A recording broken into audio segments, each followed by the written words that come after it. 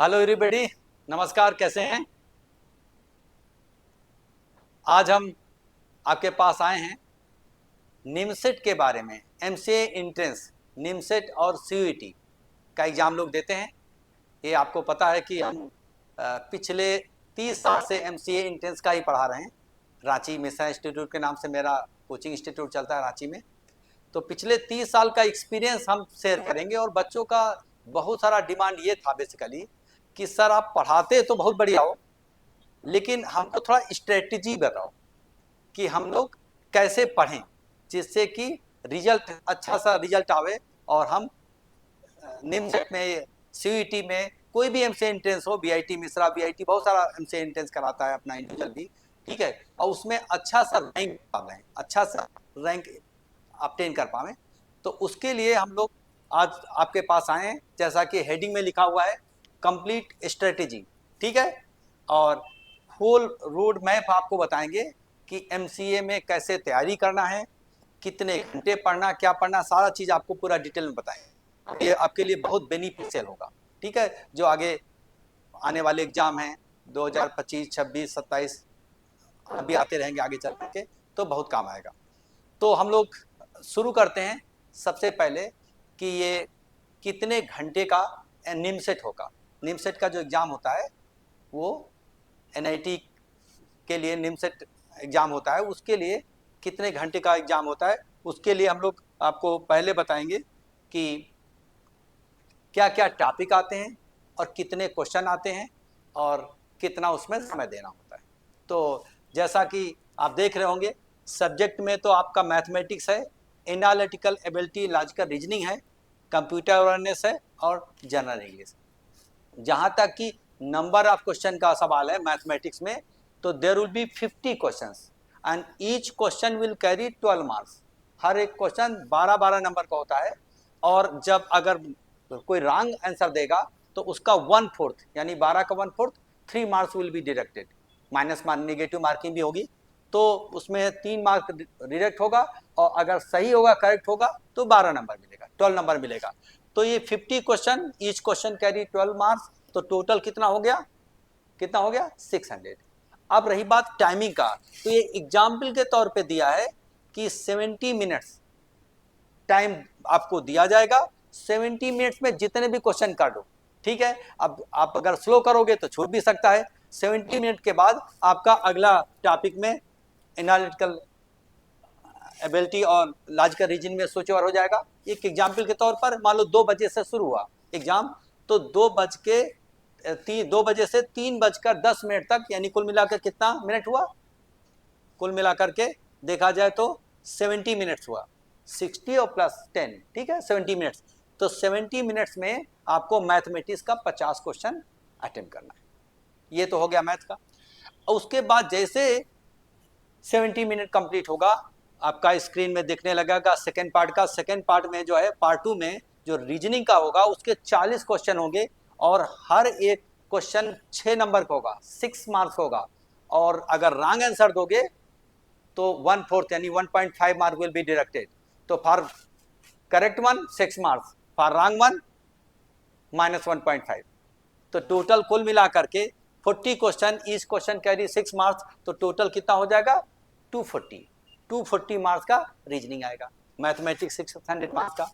अब उसके बाद फिर, और ये तो आपको पता है कि टाइम पीरियड इसके लिए कितना है 30 मिनट्स, यानी 30 मिनट्स में आपको कितना करना है 40 क्वेश्चंस। आप समझ सकते हो कि क्वेश्चन की संख्या ज़्यादा है और मिनट्स कम है, तो समय आपको ध्यान रखते हुए आपको स्पीड अप रहना है, फास्ट करना है, नहीं तो क्वेश्चन छूटेगा।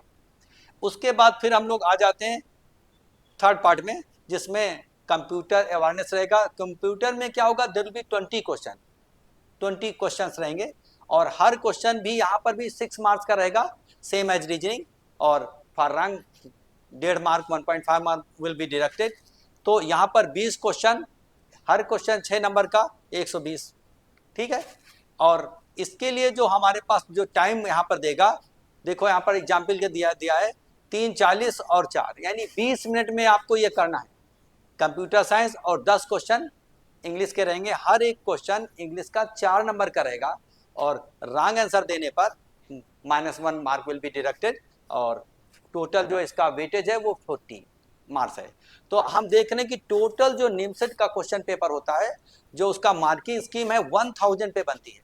1000 में सबसे ज्यादा वेटेज किसका है? मैथमेटिक्स का है, वो 600 का है। ठीक है, उसके बाद फिर आ जाएगा रीजनिंग का है 240 है। उसके बाद फिर आ जाता है हम लोग इसमें क्या बोलते हैं, थर्ड पार्ट में कंप्यूटर साइंस। कंप्यूटर साइंस का 120 मार्क्स, और इंग्लिश का तो बहुत कम वेटेज है, ठीक है, 40 मार्क्स। तो ये तो बेसिकली हुआ आपका क्या क्या आता है सिलेबस में। डिटेल सिलेबस हम लोग बाद में डिस्कस करेंगे, अभी उसमें बहुत ज़्यादा टाइम ही बर्बाद करना चाहते हैं, वो आपको पता भी होगा।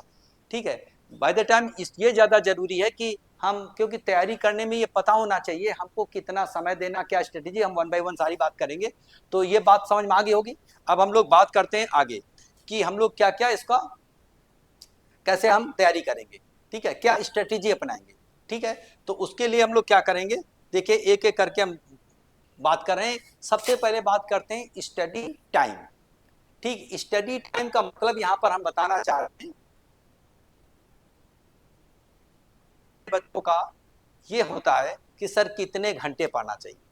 तो देखिए पहली बात तो ये है, ये इंडिविजुअल पे डिपेंड करता है। ऐसा कोई पर्टिकुलर रूल नहीं है कि इतने घंटे पढ़ने से हो जाएगा। ठीक है, वो इंडिविजुअल का पहले का कैसा बेस रहा है। बहुत सारा स्टूडेंट लोग क्या करते हैं, क्या किए हैं कि पहले IIT-JEE की तैयारी किए हैं और ड्यू टू सम रीजन उनका नहीं हो पाया, या हुआ भी तो उतना हाई स्कोर नहीं हो पाया। ठीक है, तो वो फिर क्या करें, उनको अगर कंप्यूटर साइंस से आगे चल करके इंजीनियरिंग करना है, सॉफ्टवेयर इंजीनियर बनना है, तो लोग फिर MCA में स्विच ओवर हो जाते हैं। ठीक है, BCA किया, BSc IT किया, मैथ ऑनर्स, कोई भी साइंस सिस्टम का दे सकता है, मैथमेटिक्स +2 होना चाहिए, है ना। तो वो फिर क्या करते हैं, वो लोग चाहते हैं कि हमें कंप्यूटर साइंस में आगे हमें अपना कैरियर बनाना है, तो फिर इधर स्विच ओवर हो जाते हैं। अब स्विच ओवर हो जाएंगे तो अब कोई भी स्टूडेंट जो इंजीनियरिंग वगैरह की तैयारी किया, स्वाभाविक उसका बेस थोड़ा सा बेटर होगा एज कम्पेयर टू जो साधारण से बोर्ड एग्जाम दिया होगा। तो उनके लिए तो थोड़ा कम मेहनत पड़ेगा, उनका बेस स्ट्रांग होगा, वो कम भी पढ़ेंगे तब भी वो आगे रहेंगे। और जो लोग प्लेन बोर्ड एग्जाम दिया है, जो लोग आगे कोई पहले इंजीनियरिंग की तैयारी नहीं किया है, उनके लिए क्या होगा, उनके लिए ज्यादा समय देना पड़ेगा। और फिर डिपेंड करता है इंडिविजुअल की ग्रेप्सिंग पावर क्या है, कोई कितने घंटे डाइजेस्ट कर पाता है। जैसे कोई खाना भी खाता है तो कोई 2 रोटी खाता, कोई 4 खाता, कोई 5 खाता, कोई 6 खाता। इंडिविजुअल की कैपेसिटी अलग अलग है, तो हर एक की डाइजेस्टिंग कैपेसिटी अलग अलग होती है। वैसे अच्छाई का कोई इंड नहीं होता है कि हमने इतना पढ़ लिया तो हम परफेक्शन आ गया, कभी कोई परफेक्ट नहीं हो सकता है, कभी अच्छाई का इंड नहीं है। डिपेंड करेगा हम कितना ज़्यादा से ज़्यादा पढ़ लें। ठीक है, लेकिन फिर भी इन जनरल अगर हम ऐसे बात करें कि कोई अगर एक एवरेज स्टूडेंट है, तो एवरेज स्टूडेंट है उसके लिए 5 से 6 घंटे पर डे पढ़ना ही पड़ेगा अगर आपको ठीक ठाक रैंक लाना है NIT में या CUET वगैरह से एंट्रेंस एग्जाम में। तो 5 से 6 घंटे पढ़ना, 5 से 6 घंटे किसके अलावा, जैसे कोई कॉलेज गोइंग है, कॉलेज गोइंग के उसके अलावा अब मान लो कोई कॉलेज भी जा रहा है, कोचिंग में भी पढ़ रहा है, ठीक है, और सेल्फ स्टडी भी कर रहा है, तो फिर उसको उतना बहुत ज्यादा तो समय नहीं मिलेगा कि कॉलेज भी कर लिया, कोचिंग भी कर लिया, तो फिर वो 2 ही 3 घंटे मुश्किल से दे पाएगा, लेकिन 2-3 घंटे तो जरूर देना है। अगर मान लो कॉलेज गया और कोचिंग नहीं किया तो 5-6 घंटे दे, या कोचिंग किया तो कोचिंग आवर्स में पढ़ा, फिर अपना घंटे, जब तीनों कवर करेगा, कोचिंग, कॉलेज एंड इंडिविजुअल, तो फिर इंडिविजुअल में 2-3 घंटे से ज़्यादा समय दे नहीं पाएगा, क्योंकि बॉडी एक लिमिट भरी आपसे आपको काम करा सकती है, नहीं तो फिर टायर्ड हो जाओगे। ठीक है, तो जहाँ तक कि हम बात कर रहे थे स्टडी टाइम का, तो एक एवरेज स्टूडेंट के लिए 5 से 6 घंटे पढ़ना ठीक रहेगा। अगर कोई बच्चा बहुत तेज है तो उसके लिए 2-3 घंटे भी चलेगा, जो पहले IIT वगैरह तैयारी किया, अच्छा स्कोर किया है, ठीक है, ड्यू टू सम रीजन नहीं हो पाया, तो इसका जिसका बेस अच्छा है वो 2-3 घंटे भी, और बहुत ही कमजोर है तो उसी रेशियो में उसका आवर्स भी बढ़ाना पड़ेगा, 6 घंटे, 7 घंटे, 8 घंटे, 10 घंटे भी पढ़ा जा सकता है। डिपेंड करेगा उस पर भी कि हमारे पास आने वाला एग्जाम के लिए कितना समय है। ठीक है, कि भाई 4 महीने हैं कि साल भर है कि 2 साल है। लोग तैयारी करने वाला 3 साल पहले से भी तैयारी कर देता, शुरू कर देता है, जिसका माइंड मेकअप है कि आगे भविष्य में हमको ये बनना है, वो अलग बात है। तो वो सारा बहुत कुछ डिपेंड करता है किस साल हम एग्जाम दे रहे हैं, क्या मेरा ग्रेप्सिंग पावर है, कितना हम समय दे पाएंगे, कितना मेरा बॉडी अलाउ कर रही है। ठीक है, क्योंकि ऐसा नहीं बस बैठे के पढ़े जा रहे हैं चाहे समझ में आ रहा नहीं आ रहा, बस आवर्स देख रहे हैं। आवर्स देख के नहीं करना है, एक्चुअली क्या है, स्मार्ट स्टडी करना है। तो स्मार्ट स्टडी बहुत ज़्यादा मायने रखेगी, वो हम आगे चलकर बताते हैं। तो हमारी समझ से समझ में आ गया होगा स्टडी टाइम, ठीक है, कि कोई पर्टिकुलर फिक्स रूल नहीं है, इंडिविजुअल पे डिपेंड करेगा। हम एक एवरेज कर लिए बता दिया, एवरेज स्टूडेंट के लिए 5-6 घंटे, उससे अगर ज़्यादा तेज होगा तो कम भी पढ़ सकता है, उससे कमज़ोर होगा तो ज़्यादा भी पढ़ना चाहिए। बाकी फिर डिपेंड करेगा कौन कितना बिजी है, कॉलेज में, कोचिंग में, या और किसी चीज़ में, ठीक है। चलो हम लोग आगे आते हैं नेक्स्ट पॉइंट पे। नेक्स्ट पॉइंट में बात करेंगे कि यहाँ पर स्टडी आवर्स, ठीक है। स्टडी आवर्स की बात अगर हम बात करते हैं तो इसमें बेसिकली क्या है कि हम लोग बात करेंगे कि कब पढ़ना चाहिए, ठीक है। देखिए ऐसे तो कहा जाए, जब सुबह आदमी कोई पढ़ता है तो सुबह जब पढ़ेगा तो ज़्यादा दिमाग फ्रेश रहता है, ज़्यादा दिमाग में चीज़ें होंगी, तो सुबह की पढ़ाई से बढ़िया पढ़ाई हो ही नहीं सकती। लेकिन लेकिन ये भी आपको पता होना चाहिए कि हर एक के बस की बात नहीं कि सुबह उठ कर पढ़ना, ठीक है। सुबह 4 बजे 5 बजे उठ के पढ़ना, ठीक है, कोई 3 बजे भी उठ के पढ़ता है तो वो बहुत मुश्किल समय है, मुश्किल मतलब होता है। क्योंकि अगर हम ही कहें कि 4 बजे उठ के पढ़ो, हम ही नहीं उठ पाएंगे, तो दूसरे को शिक्षा देना बहुत आसान होता है, लेकिन सबके बस की बात नहीं है। लेकिन अगर सुबह पढ़ता है तो स्वाभाविक है, सुबह का 2 घंटे की पढ़ाई दिन भर के 4-5 घंटे की पढ़ाई के बराबर होता है। तो अगर हो सके तो सुबह पढ़ो। इसका मतलब ये नहीं कि जो सुबह नहीं पढ़ेगा वो आगे कुछ नहीं करेगा। देखिए होता क्या है, पढ़ना कब चाहिए, जब आपका माइंड फ्रेश हो, ठीक है। मान लो आप सुबह जल्दी उठते हो तो दोपहर में थोड़ा बहुत सो भी लिया 1-आध घंटे, उसके बाद फिर माइंड फ्रेश हो गया, फिर अपना पढ़ाई किया। सुबह अगर देर में उठते हो तो दिन भर आपका माइंड फ्रेश रहेगा, ठीक है। तो जब भी स्टडी आवर्स हैं कॉलेज में या कोचिंग में अपना पढ़ा, उसके बाद फिर अपना थोड़ा सा रेस्ट लिया और उसके बाद शुरू हो गए। तो जब भी माइंड आपका फ्रेश हो, ठीक है, उस समय आपको पढ़ाई में बैठ जाना है, ठीक है। और जब लग जाए कि हम पढ़ते पढ़ते थक गए तो फिर क्या करना है, टॉपिक चेंज कर लेना है। एक चीज को पढ़ते पढ़ते आदमी बोर हो जाता है, थक भी जाता है। जैसे एक ही टाइप का खाना खाते खाते बोर हो जाएगा, लगेगा थोड़ा सा चेंज ऑफ टेस्ट चाहिए। तो उससे क्या होगा कि थोड़ा सा टॉपिक भी बदलना पड़ेगा, टाइमिंग में बदलना पड़ेगा, रेस्ट भी लेना पड़ेगा। तो हम लोग क्या करते हैं, बेसिकली क्या है कि मान लो जैसे पढ़ाई कर रहे हैं और पढ़ते पढ़ते थक गए तो थोड़ा सा रेस्ट ले लिए, रेस्ट हम थोड़ा सा वॉकिंग कर लिए, थोड़ा सा बात, थोड़ा सा कुछ खा पी लिए, ठीक है। बहुत लोगों को चाय काफ़ी पीने की आदत है, चाय कॉफी थोड़ा रिलैक्स मिल गया, ठीक है, उसके बाद फिर बैठ गए, ठीक है। उसके बाद फिर क्या करेंगे, फिर जब पढ़ लिया फिर थक गए, तो जब पहली बार जब बैठोगे तो मैं समझता हूँ कि ज़्यादा देर तक बैठ पाओगे। दोबारा थोड़ा सा रेस्ट लेके बैठोगे तो थोड़ा कम समय के लिए बैठ पाओगे, कोई जल्दी थक जाओगे, तिबारा और जल्दी थक जाओगे। तो ये प्रोसेस तो चलता रहेगा, ठीक है। तो कोशिश करो कि सुबह फ्रेश माइंड में पढ़ो। अगर सुबह नहीं पढ़ पाते हो, बहुत लोग का क्या होता है कि रात में देर तक पढ़ने की आदत है, तो रात में देर तक पढ़ने की आदत है, अगर माइंड फ्रेश है, मजा आ रही, तो रात में भी पढ़ सकते हो।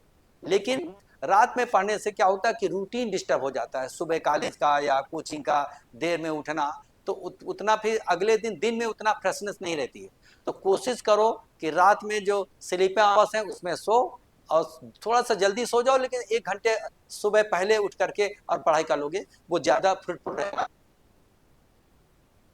अब हम लोग बात करेंगे स्टडी आवर्स के बाद, अगला जो है प्रेफर्ड बुक, मतलब क्या है कि कौन कौन सी बुक को हम लोग फॉलो करें। ये बड़ा क्वेश्चन होता है, कहाँ से पढ़ें, कैसे पढ़ें। देखिए एमसीए एंट्रेंस के लिए बहुत सारा मार्केट में बुक आती है, ठीक है, आर डी शर्मा की आती है, अरिहंत की भी आती है, अनिल कुमार गर्ग की भी आती है, बहुत सारा आती है। एक्चुअली सिलेबस देखिए, सिलेबस जो 11वीं-12वीं का जो इंजीनियरिंग का सिलेबस है, आईटी जेई का या एनडीए वगैरह का, ठीक है, वही सिलेबस है, बस लेवल थोड़ा सा डिफर करता है, ठीक है। कुछ कुछ टॉपिक थोड़ा सा डिफर करेगा, थोड़ा सा, मतलब 95% मान लो सेम चीज, ठीक है। तो हम लोग क्या करेंगे, कोई भी इंजीनियरिंग की बुक आप लेकर के और उसमें बेसिक लेवल से लेकर के हम थोड़ा एडवांस से थोड़ा नीचे, क्योंकि कोई आपको आईआईटी का एग्जाम नहीं देना है कि बहुत हाई क्वेश्चन आएगा, बहुत टफ क्वेश्चन आएगा। एमसीए इंटेंस में एवरेज क्वेश्चन आता है, कभी कभी कुछ क्वेश्चन एवरेज से अबव आ जाएंगे, लेकिन वो आईआईटी एडवांस आईआईटी मेंस के लेवल के सारे क्वेश्चन नहीं रहेंगे, कुछ हो सकते हैं, ठीक है, लेकिन सारे नहीं रहेंगे। बट 80% क्वेश्चन एकदम एवरेज क्वेश्चन रहेंगे। तो आपको क्या करना है, बेसिक से लेकर के हम लोग एवरेज लेवल या उससे थोड़ा सा अबव द एवरेज लेवल तक हम क्वेश्चन को पर ध्यान देंगे। उसके लिए बहुत सारा इंजीनियरिंग की बुक है, आप वो कर सकते हो, ठीक है। बहुत सारा कोचिंग का मटेरियल रहता है। कोचिंग का मटेरियल जैसे हमारे कोचिंग का आप देखोगे तो इतना वैरायटी मिलेगा, इतना वैरायटी मिलेगा कि आपको एक मेरा मटेरियल करोगे तो आपको 10 किताबों के बराबर हो जाएगा, क्योंकि हम एक ही क्वेश्चन को 4 बार रिपीट करके टाइम नहीं बर्बाद करते हैं। हर वैरायटी का क्वेश्चन डालेंगे और जिस लेवल का आता है उस लेवल का जाएंगे डालेंगे, ना बहुत एकदम बच्चा टाइप इजी रहेगा और ना ही बहुत हाई फाई रहेगा कि फालतू समय बर्बाद करो। क्या पढ़ रहे हो, कैसे पढ़ो, कितना पढ़ो, वो बहुत मायने रखता है, ठीक है। तो इस चीज का भी आपको क्या करना है, ध्यान रखना है। तो बुक के लिए कोई पर्टिकुलर के लिए स्पेसिफाइड बुक नहीं कि ये लिया तो हो गया, आपको जहां से जो मिल जा रहा है, ठीक है, जहां से जो बुक मिल जा रही है, ठीक है, वहां से पढ़ो। अब जैसे होता क्या है कि बहुत लोगों का बेसिक कमजोर हो जाता है। अब बेसिक के लिए एकदम पहले बेसिक बुक से, ठीक, एकदम जीरो लेवल कुछ भी नहीं आता है तो आर एस अग्रवाल से शुरू करो, फिर आर डी शर्मा से शुरू करो, फिर और एररलेस बुक है उससे बुक शुरू करो। बहुत सारा बुक है। मटेरियल देखो कहाँ कहाँ से कैसा मटेरियल, किसका क्या है, मटेरियल अच्छा लगे तो मटेरियल ये करो, ठीक है। तो उस सारा वैरायटी आपको कवर करना है और छोड़ना कुछ नहीं है, ठीक है। अब बहुत लोग क्या करता है, बहुत लोग क्या करता है कि तो सर इकोनिक सेक्शन टफ लग रहा है, 3D टफ लग रहा है, ये टफ लग रहा है, वो टफ लग रहा है, उसको छोड़ देते हैं। कभी भी क्या है, छोड़ना नहीं सारा। जो टफ लग रहा है उसको एलिमेंट्री लेवल में इंट्रोडक्टिव पढ़ करके छोड़ दो, क्योंकि क्या गारंटी है कि उस चीज का कहीं दूसरी जगह एप्लीकेशन ना हो। जैसे मान लो अगर आपने कोनिक सेक्शन छोड़ दिया और कहीं एरिया बाउंड्री रीजन में आ जाएगा, find the area enclose by the parabola and it's lattice rectum. अब पता ही नहीं होगा कि पैराबोला का लैटिस रेक्टम की इक्वेशन क्या होता है, क्या होता है, तो ये अब उधर हैम्पर करेगा, उधर आपको दिक्कत करेगा, एरिया बाउंड्री रीजन में नहीं निकाल पाओगे, क्योंकि आपको एलिमेंट्री लेवल की चीज नहीं मालूम पैराबोला में। इलिप्स का भी जब बात करेंगे, एरिया है, एरिया अब जब पता होगा कि इलिप्स इक्वेशन क्या होता है, उसका एरिया क्या होता है, सर्कम्फरेंस क्या होता है, सेंटर क्या होता है, थोड़ा बहुत एलिमेंट्री लेवल का जरूर पढ़ लीजिए। आपको टफ लगता है तो डिटेल में डेप्थ में मत जाइए, लेकिन क्या होगा कि बहुत सारा चीजें इधर उधर अप्लाई होते हैं। जैसे मान लो बाइनमल थ्योरम का बहुत सारा फार्मूला, कॉम्प्लेक्स नंबर है, अब सोचोगे कि कॉम्प्लेक्स नंबर का ज्यादा वेटेज नहीं है, ठीक है, तो उसको छोड़ दें। तो ऐसा नहीं, कॉम्प्लेक्स नंबर बिल्कुल छोड़ दोगे तो फिर आपको दिक्कत नहीं होगी, दिक्कत होगी। थोड़ा बहुत तो आना ही चाहिए, कहीं क्वाड्रेटिक इक्वेशन में इन्वॉल्व हो जाएगा, कहीं थ्योरी ऑफ पॉलिनोमियल में इन्वॉल्व हो जाएगा, और भी बहुत जगह इन्वॉल्व हो जाता है। तो जो आपको टॉपिक टफ लगे वो टॉपिक को आपको क्या करना है, बेसिक लेवल तक जा करके पढ़ना है और पढ़ करके उसको छोड़ देना है। और जिस टॉपिक में आपको ज्यादा मजा आवे, ज्यादा वेटेज है, उसको ज्यादा डिटेल में पढ़ना है, उसमें महारत हासिल करना है, ठीक है।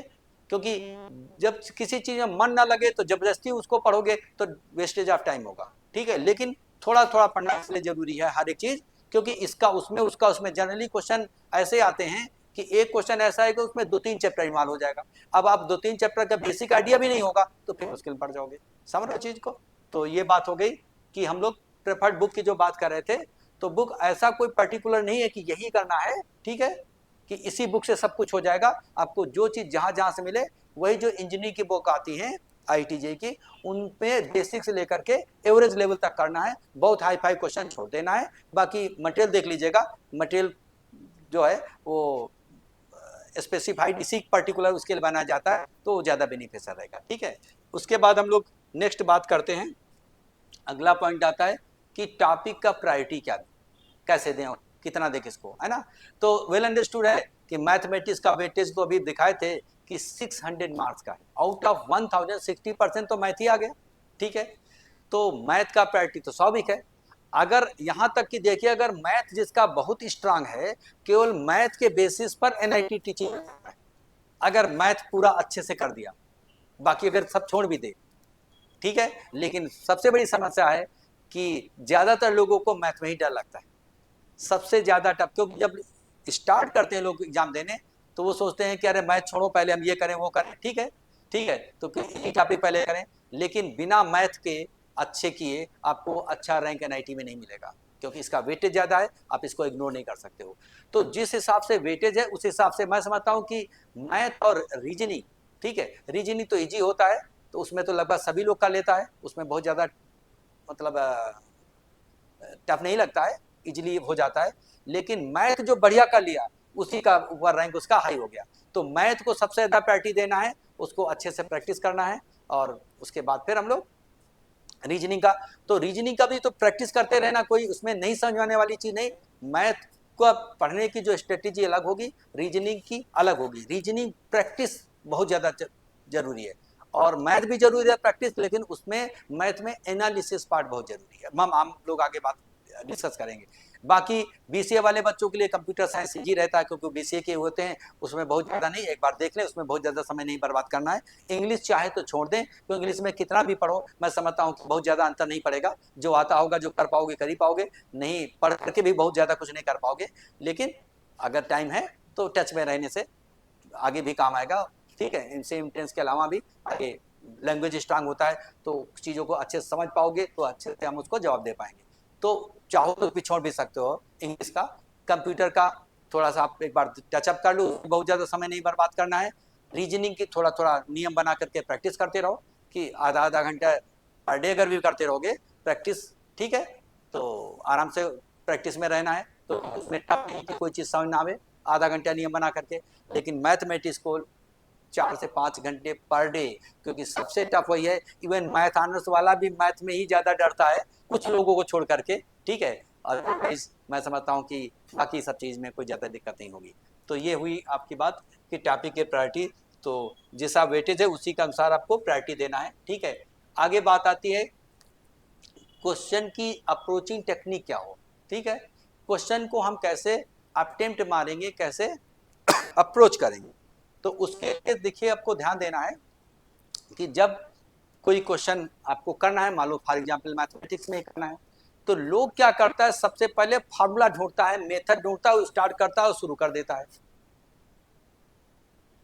ऐसा क्वेश्चन पहले पढ़ करके अच्छे से क्वेश्चन को समझना है, एक बार अल्टरनेटिव देखना है कि उसमें पूछा क्या जा रहा है। ये नहीं बस घर से निकले और बस चल दिए, घर से निकलने पहले सोचते हो ना कि हमको कहाँ जाना है, ठीक है। तो ऐसे जब हम लोग क्वेश्चन पढ़ेंगे तो एक बार अल्टरनेटिव देखना है कि क्वेश्चन में क्या पूछा जा रहा है, क्या करवा रहा है, ठीक है। जैसे मान लो सोल्यूशन आपको ट्रिग्नोमेट्रिकल इक्वेशन, तो उसमें प्रिंसिपल एंगल पूछ रहा है या जनरल इक्वेशन पूछ रहा है, जनरल सोल्यूशन पूछ रहा है, तो वो आपको थोड़ा सा आइडिया, एक बार just have look on the alternative, ठीक है। अगर हम बिना सॉल्व किए उसको अटेम्प्ट कर पाते हैं तो क्या करोगे, आपको वही अप्रोच करना है, क्योंकि कभी एमसीक्यू में ये नहीं कहेगा, कभी एमसीक्यू में ये नहीं कहेगा कि हम इसको, क्वेश्चन कहेगा, कभी नहीं कहेगा इसको सॉल्व करो। कभी देखते हो एमसीक्यू में बोलता है कि सॉल्व दिस, क्वेश्चन देगा and there will be 4 alternatives. आपको ढूंढना है कि इस क्वेश्चन का आंसर भी दिया है, आपको सिर्फ ढूंढना है, सॉल्व करने तो बातें नहीं करता है। तो आप कोशिश करो कि सॉल्व ना करना पड़े, ऐसे ढूंढो। और वो क्वेश्चन ढूंढने की बहुत सारी ट्रिक्स टेक्निक्स हैं, जो कि मैं आपको आगे चल करके भविष्य में बताऊंगा। ऑप्शन के थ्रू जा सकते हैं, शॉर्टकट ट्रिक्स टेक्निक अप्लाई कर सकते हैं, ठीक है। बहुत सारा मेथड है, ठीक है। तो पहले तो कोशिश करो कि हम बिना सॉल्व किए वर्बली कैसे करें। अब हर एक क्वेश्चन वर्बली नहीं भी बनेगा, तो नहीं बनेगा तो फिर दूसरा क्या करेंगे, फॉलो करेंगे, फिर सॉल्व करने की कोशिश करेंगे, मेथड अप्लाई करेंगे, ठीक है। अगर मेथड अप्लाई करके सॉल्व हो गया इजीली, ठीक है, बहुत ज़्यादा टाइम टेकिंग नहीं होना चाहिए, तो हम मेथड लगा करके अप्लाई करेंगे, ठीक है। लेकिन जब हम सॉल्व करेंगे तो जरूरी नहीं पूरा क्वेश्चन सॉल्व करें, कभी 1 लाइन 2 लाइन सॉल्व किया और ऑप्शन के थ्रू चले गए, कभी 4 लाइन सॉल्व करके पता चला इसी में मेरा काम हो जाएगा, पूरा क्यों प्रोसीजर करें, इसी से ऑप्शन के थ्रू हो जाएगा, ठीक है। तो हम लोग क्या करेंगे, कोशिश करेंगे जितना कम से कम सॉल्व करना पड़े, जितने से मेरा काम चल जाए, ठीक है, उतना ही आपको क्या करना है, सॉल्व करना है, पूरा टाइम नहीं बर्बाद करना है, ठीक है। उसके बाद तीसरी बात है कि हम क्या करेंगे, पढ़ते ही पता चल जाएगा ये क्वेश्चन हम कर पाएंगे कि नहीं कर पाएंगे। लेकिन उसमें ये भी पता चल जाता है कभी कभी रिजेक्शन मेथड, कि कौन से ये अल्टरनेटिव 2 नहीं होंगे या एक नहीं होगा, इन्हीं 2 में होगा, तो जरूर अटेम्प्ट करो। क्योंकि अगर हम 1-2 क्वेश्चन ऑप्शन रिजेक्ट कर देते हैं, कभी नुकसान नहीं होता है, हमेशा फायदा रहता है। क्योंकि जो मार्क्स मिलता है वो जितना मिलेगा, अगर गलत होगा उसका 1/4 कटता है, तो इसीलिए मिलेगा भी तो छप्पर फाड़ के। तो अगर आप रिस्क ले रहे हो, तो अगर आपको रिस्क लेना है, लेना इसलिए है क्योंकि अगर हम देख रहे हैं कि कुछ क्वेश्चन क्या है कि इनमें ये ऑप्शन चौथा वाला नहीं होगा या पहला नहीं होगा, इन्हीं 2 में होगा, इन्हीं 3 में होगा, तो जरूर अटेम्प्ट करो, ठीक है। उसके बाद फिर हम लोग बात करेंगे नेक्स्ट कि क्वेश्चन कभी कभी कुछ भी आइडिया ही नहीं लगेगा, कोई रिजेक्शन भी नहीं कर पा रहे हैं, तो उसमें बिना समय गवाए हम लोग आगे सिक्योर हो जाएंगे। ठीक है, फिर एक बात और भी आपको ध्यान देंगे, इसको हम प्रमोट नहीं करते हैं, लेकिन ये भी कभी कभी मजे की बात होती है। जैसे लगता है कि अब हमारा बहुत ही पेपर खराब हो गया, हम पास ही नहीं हो पाएंगे, तो तुक्का मारने की भी टेक्निक होती है, उसका में भी दिमाग लगा करके उससे भी बहुत सारे बच्चे फेल होते होते भी पास, फेल तो वैसे भी हो रहे हो। तो इसका मतलब ये नहीं कि आपको तुक्का सीखना है, वो तुक्का मारना भी आपको हम बताएंगे आगे चल करके किसी वीडियो में कि कैसे तुक्का मारा जाता है। वो कब अप्लाई करना है, जब आपको लगे कि you are 100% you are going to be fail, ठीक है, तभी आपको तुक्का मारो। जब ऐसे भी फेल हो रहे हो तो अच्छे से फेल हो जाओ, और नहीं तो फिर कभी कभी क्या होता है, किस्मत साथ दे दिया, तो उसमें भी, क्योंकि तुक्का भी मारने के लिए आपको थोड़ा सा दिमाग लगाना पड़ेगा, वो कैसे कैसे सोचना, कैसे दिमाग लगाना है, ठीक है, उसमें भी अरू गरू किसी को दे तो कोई नहीं कर पाएगा, उसके लिए भी हम आपको टेक्निक बताएंगे, या तो नए वीडियो में आपको डालेंगे, तो उसमें से आप देख लीजिएगा कैसे। तो कभी कभी क्या होता है, जब हमको लगता है कि नहीं अब मेरा कुछ भी नहीं आगे होने वाला, एमसीए नहीं निकलने वाला, इतना पेपर खराब हो रहा है, नहीं कर पा रहे हैं, तो फिर उसको भी हम लोग प्रयास कर सकते हैं, लेकिन उसको हम प्रमोट नहीं कर सकते हैं कि अल्टीमेटली पढ़ाई मैटर करती है। ठीक है, हमेशा सेफ गेम खेलना है, रिस्क नहीं लेना है, ऐसी रिस्क नहीं लेना है, ठीक है, वो वही लेना है जब हमको 100% श्योर है कि हम पास नहीं हो सकते हैं। चलो, उसके बाद हम लोग बात करेंगे कि नेक्स्ट जो बात करेंगे कि रिवीजन स्ट्रेटेजी, कैसे हम लोग रिवीजन करें। देखिए होता क्या है कि जैसे एक बार हम कोई टॉपिक पढ़ लिया, ठीक है, उसको रिवीजन करने के लिए बहुत ज़्यादा गैप नहीं, 10 दिन के अंदर ही अंदर एक बार उसको रिवाइज जरूर कर लो। बहुत ज़्यादा अगर आप लंबा समय दोगे, महीना 2 महीना, तो फिर आपको बिगनिंग से सारा पढ़ना पड़ेगा। जब दोबारा पढ़ोगे तो आपको उन्हीं टॉपिक पे ध्यान देना है जो पहले बार में बहुत टफ लगे, पूरा करोगे तो बहुत टाइम बर्बाद होगा। आपको जहां जहां, जैसे एक एग्जाम्पल बता रहे, मान लो सुबह सुबह उठो और फार्मूला एक बार देख लिया, ठीक है, फार्मूला देखोगे तो इस केस में क्या होगा कि एक बार पढ़ लिए तो उसमें बहुत सारा फार्मूला आपको याद भी होगा, बहुत सारा भी। उसके बाद फिर क्या, जब सेकेंड टाइम, जब सेकेंड राउंड में कभी उसको फार्मूला देखोगे, तो वहां पर आपको जो आते हैं उनको छोड़ देना, जहां जहां लगे उनको मार कर लीजिएगा कि कहाँ कहाँ पर हमको फार्मूला में मतलब दिक्कत आ रही है, और केवल उन्हीं को देखो।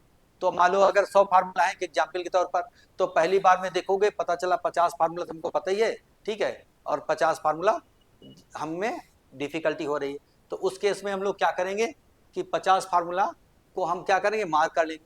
उसके बाद फिर क्या करेंगे, जब सेकेंड टाइम थर्ड टाइम हम जाएंगे तो उन्हीं को हम 50 का देखेंगे, फिर उसमें कुछ याद करेंगे तो पता चला 25 ही टफ लगे, 25 फिर याद हो गए। फिर जो ज्यादा टफ लगे उनको एक जगह कहीं नोट कर लिया, क्योंकि लिखने से भी चीजें दिमाग में बैठ जाती हैं। और जब हम फार्मूला याद करेंगे तो हमेशा ध्यान रखिएगा कि वो कैसे बना फार्मूला, वो दिमाग में रखोगे तो भूलोगे नहीं। जैसे अगर हम लोग इंटीग्रेशन ऑफ 10x बात करते हैं, अब 10x का इंटीग्रेशन सोचोगे कि कैसे बना होगा, तो भाई हम लोग साइन बाई कास किए होंगे, डिनोमिनेटर को कास को हम टी पुट करे होंगे, फिर डिफ्रेंशिएट किए होंगे तो माइनस लॉग ऑफ टी हो जाएगा, ठीक है, ठीक है, उसका डेरिवेटिव करके इधर माइनस हो जाएगा। तो जैसे ही कॉट का बात करेंगे तो भाई cos x by sine x को टी पुट करेंगे तो cos x d x d t हो जाएगा। तो इस केस में आप साइन टी हो जाएगा। तो ऐसे ही क्या करना है कि बहुत सारा फार्मूला आपको याद करते वक्त देखना है कि ये कहाँ से बना। ऐसे ट्रिग्नोमेट्री में बहुत सारा फार्मूला है जो आपको देखना पड़ेगा कि ये कहाँ से बना, ठीक है, कैसे बना। तो कि ये इस टेक्निक से अगर फार्मूला याद करोगे तो कभी भूलोगे नहीं, ठीक है, कि जब अगर भूलने लगोगे तो दिमाग में लगाओगे कैसे बना था, कहाँ से डेरा हुआ था, तो वो चीज़ कभी नहीं भूलोगे। तो कोशिश करो कि आपको इस तरीके से याद करना है, और जो जो टफ लगे उसको नोट डाउन कर लो, और जो बहुत ज़्यादा टफ लगे उसको छोड़ भी दो, ठीक है। बहुत ज़्यादा किसी में परेशान नहीं होना है, जिसमें लगे बहुत ज़्यादा टाइम बर्बाद हो उसके पीछे नहीं पड़ना, उसको छोड़ देना है, ठीक है। ऐसा नहीं कि पास होने के लिए आपको पूरा में पूरा ही स्कोर करना है, ठीक है, तभी पास हो पाओगे। 50% भी स्कोर करोगे तब भी बहुत अच्छा रैंक आ जाता है, ठीक है। चलो हम लोग बात करते हैं नेक्स्ट स्ट्रेटेजी की। नेक्स्ट हम लोग बात करेंगे राइट टाइम टू स्टार्ट। देखिए होता क्या है, जिसके पास समय चला गया नहीं तो वापस ला नहीं सकते हैं, लेकिन कोशिश करो प्लानिंग पहले से करो। और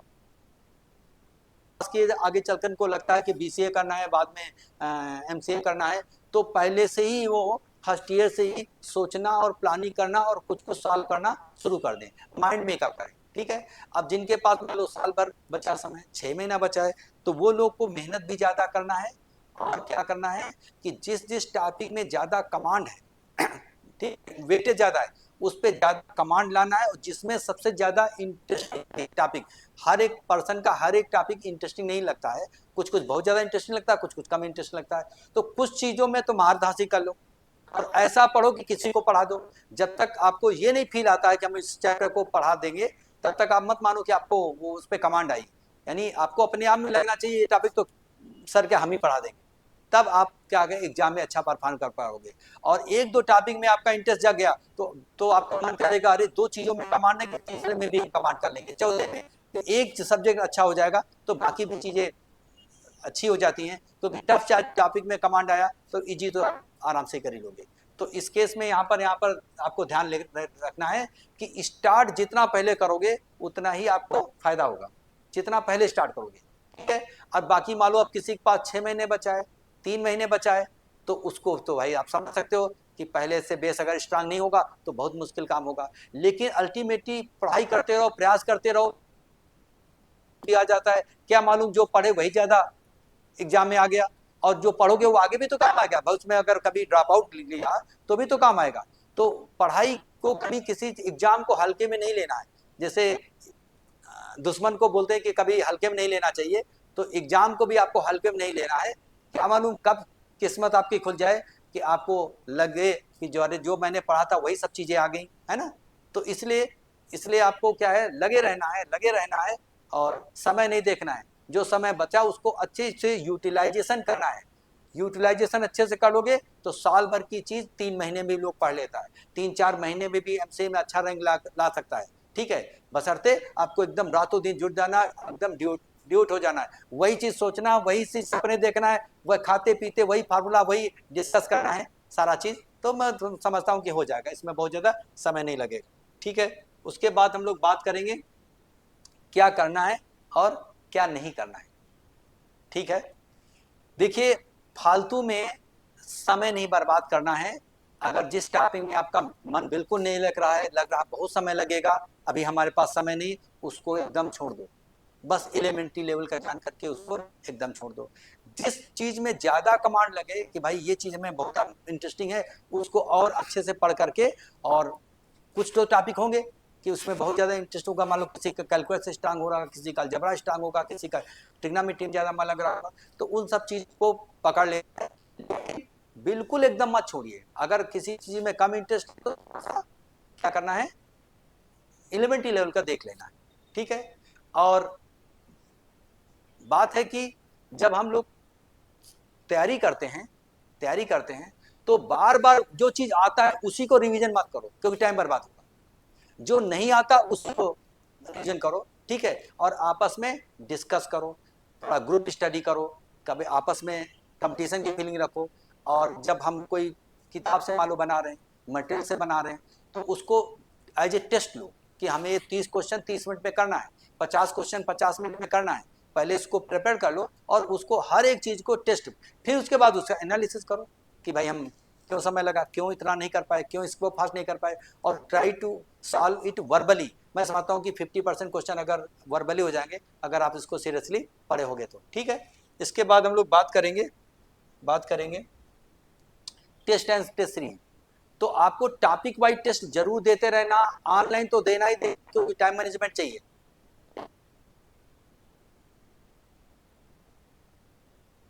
भाई का सबके साथ बैठ करके पढ़ोगे। ठीक है, जैसे बहुत क्या है, ऑनलाइन पढ़ता है ऑफलाइन पढ़ता है, देखो जिनकी मजबूरी है वो तो लोग को ऑनलाइन पढ़ना है जो दूर है, लेकिन जो ऑफलाइन में पढ़ने में जो मजा आएगा, जो फीलिंग आएगी, वो फीलिंग लाना बहुत जरूरी है। ठीक है, वो भूख पैदा करनी है पढ़ने की सबके बीच में। ठीक है, उससे जो कंसंट्रेशन बनता है, माइंड डाइवर्ट नहीं होता है ना। लगता है कि भाई सब लोग ऐसे अकेले पढ़ रहे हैं, 2 लोग पढ़ रहे हैं, तो उसमें से क्या पढ़ते पढ़ते बोर हो जाता है, तो जैसे कि लगता हम टीवी देख रहे हैं। तो जो बच्चे का बेस स्ट्रॉन्ग है उनके लिए तो ठीक है, जिनका बेस कमजोर है तो वो चीज़ है। मैं समझता हूँ कि बहुत जगह क्या है कि ऑनलाइन पढ़ने में बहुत टाइम भी लोग बर्बाद करता है, फालतू फन की चीज़ इधर उधर बहुत ज़्यादा बात करेगा और टू द पॉइंट काम की बात कम करेगा, तो बहुत टाइम बर्बाद होगा। और और उसके अलावा उतना फील भी तो नहीं आता है, तो फील लाना बहुत ज़रूरी है। इसीलिए कोशिश करो ऑफलाइन, ठीक है, या फिर ऑफलाइन ऑनलाइन दोनों करो। जिनकी मजबूरी है वो तो ऑनलाइन करें, अदरवाइज मैं समझता हूँ कि जो ऑफलाइन, जैसे वही बताया कि एग्जाम तो ऑनलाइन होगा, लेकिन फिर भी ऑफलाइन टेस्ट सीरीज जरूर दो। जो ऑफलाइन टेस्ट सीरीज दोगे उससे आपको पढ़ने का और इंटरेस्ट जगेगा और फीलिंग आएगी और मजा आएगा और मन करेगा और हम औरों के बीच में बैठ करके आगे आगे मतलब जो है स्कोर ज़्यादा स्कोर करें। वो फीलिंग लाना जरूरी है, ठीक है। उसके बाद हम लोग बात करने वाले हैं कि डाउट क्लासेस। जैसे एक सप्ताह का मैं पढ़ लिया, जो जो डाउट इकट्ठा हो गए हों उनको आपस में डिस्कस करो। जिस कोचिंग में पढ़ते हो वहां पर कोचिंग में टीचर से डाउट क्लियर करो, ठीक है। और उसको फिर अपना जब दोबारा उसको देखोगे कि इन इन चीज़ों में दिक्कत थी, तो दोबारा करो, फिर उस पर एनालिसिस करो, उसकी थ्योरी देखो क्यों नहीं आ रहा, पीछे सोल्यूशन देखो। ऐसा करोगे तो धीरे धीरे करके मैं समझता हूँ कि वो सारी चीज़ें क्लियर हो जाएंगी, ठीक है। तो अगले क्लास में हम आपको आपका निमसेट का सिलेबस वगैरह भी डिस्कस करेंगे, क्योंकि अभी बहुत टाइम हो रहा है, ठीक है। मैं समझता हूँ कि वीडियो लंबा खिंचा जाएगा। तो जो मैंने स्ट्रेटेजी बताया उसको फॉलो करिएगा। ये मेरा 30 साल का एक्सपीरियंस है। बहुत सारे बच्चे मेरे पढ़ करके, हजारों बच्चे विदेशों में एमसीए के थ्रू जा करके नौकरी कर रहे हैं, यहाँ पे भी कर रहे हैं, ठीक है। और बाकी हम अगले वीडियो में आपको बताएंगे कैसे तुक्का भी मारना है, ठीक है, क्या सिलेबस है उसका कैसे स्ट्रेटेजी फॉलो करना है, आगे भविष्य में हम बात करेंगे। अभी वीडियो लंबा खिंचाएगा, इसीलिए हम आपको इसी से अलविदा कहते हैं। Thank you very much for watching this video. Thank you very much.